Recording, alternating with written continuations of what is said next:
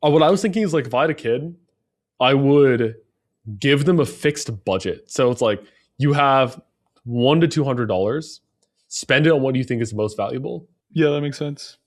Yeah. And then I would also set it up so like they could earn more if they wanted to before we go.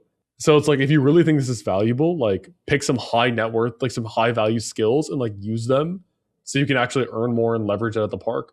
Or if there was a kid who didn't want anything at the park, you can keep the 1-200 and apply to something else. Yeah, that makes sense. Yeah. Instead of just like, I think that's a much better system for kids. Like teach them how money actually works. Like give them a budget and be like, okay, this is your budget, right? You can spend this or you if you don't want to, you can keep it and save it up. Yeah. Yeah. Nice. Any closing remarks or Rex? No, I don't think so. I finished David Goggins' book again, but I don't know if I said that in the last podcast. Nice. Yeah, I don't think I have many recommendations. Yeah. Brian Johnson just went on Chris Williamson today. Okay. So that one's pretty good. Like I saw like the top comment was, why does he always look like a fresh clone?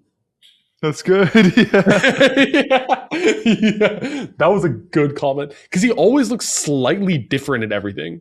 Like he's always changing a little bit. Like in this one, he looks slightly different. Like why does he always look like a fresh clone? Yeah, like, somehow he looks slightly different, I don't know. Yeah. It's kind of funny. Dude, something will happen to him too, just like Huberman and Peter Attia, like yeah. Brian Johnson. Dude, these guys are weird at the end of the day. These guys are always weird in the end. It's what we were talking about. Like this kind of thing attracts people who have some of these traits, right? Yeah. So you can't build such an incredible thing without being like normal people don't build this. Oh, I have a funny story as well. So there was like a Golden Globes for podcasts recently. So it's kind of like the Emmys or the Oscars or like the Grammys, but for podcasts, like the best podcaster of the year, best new podcast, right? And the nominees, Joe Rogan was not one of them, of like best podcast, right? He's literally he's still the number one podcast and he wasn't even nominated. So like Twitter was going crazy, like right-wing Twitter was like, dude, this is a seal on the coffin of like these award shows are done, like they're all woke, like they don't like Joe Rogan. I think who won? Some like female comedians podcast won. Amy Poehler's podcast won. So like she was Amy Poehler's actor for like Leslie in Parks and Rec. Her podcast won. Her podcast is probably fine, but it's not nearly the viewership of Joe Rogan, right? And it was crazy it wasn't nominated. So Bert Kreischer went on Joe Rogan recently, and there's a clip posted 2 days ago.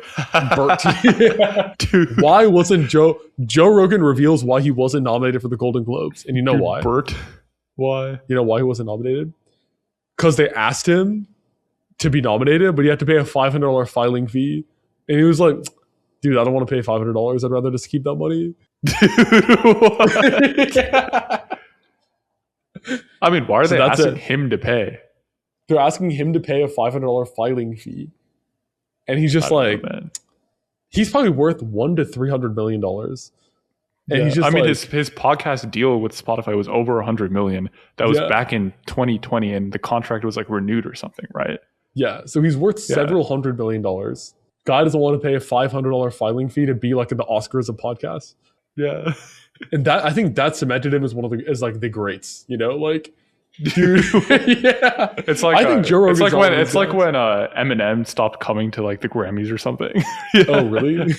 I think he stopped going for some reason. Yeah. Did you kind of realize like you're already number one? Like he said in the podcast, he said in that video, I'm already number one. I can open Spotify right now. There's a list. I'm number one. Why do I number one? Why does he need the award? Why does he need some public information?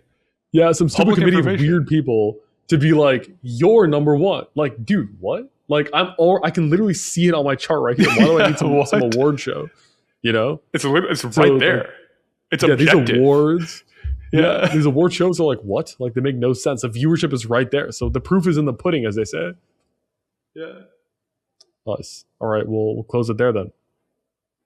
All right, see ya.